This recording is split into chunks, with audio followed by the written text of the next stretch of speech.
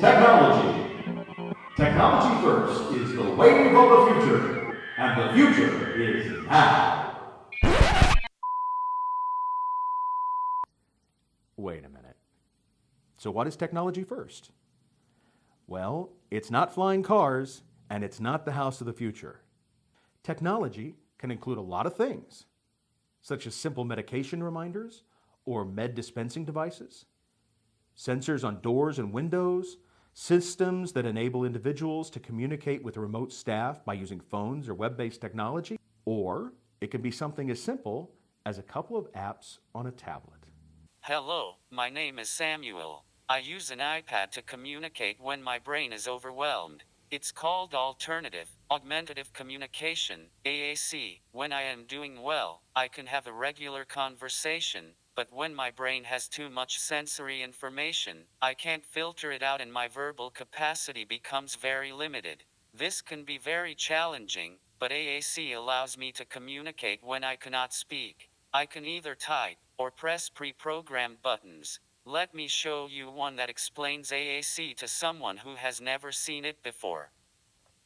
I have a disability affecting communication. I need to use assistive technology to help my brain be able to communicate. Please be patient. I also have a button that helps when my verbal processing is limited and I need to hear something again. I'll play that one next. I'm sorry I didn't understand. Please repeat that.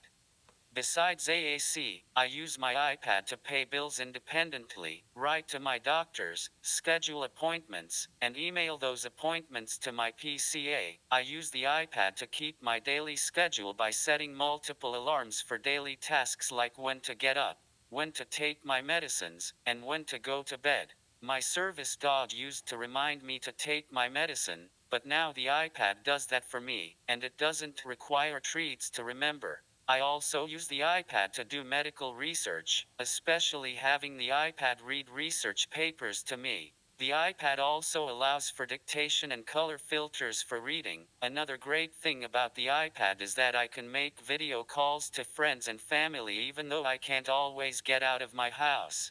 This keeps me connected to my community both locally, nationally, and internationally. Before the iPad, I didn't feel as independent and couldn't do things like pay bills or keep a schedule. I was isolated and I didn't have much contact beyond the walls of my house. If I had seizures or an autistic meltdown, I could not communicate. I think the most important thing to understand about technology and adaptive equipment is that anyone can use it, and it doesn't matter what their disabilities are. It may be helpful, and it's worth trying. And even if it doesn't work, you've tried it and you know. In that respect, it could be anything from a weighted blanket to an iPad with all kinds of apps. And on the iPad, I also use stimming apps, things that stimulate my brain to give it positive sensory information instead of all the things that are going on around me that are overwhelming my brain that I can't filter out. This is technology, but I am Samuel.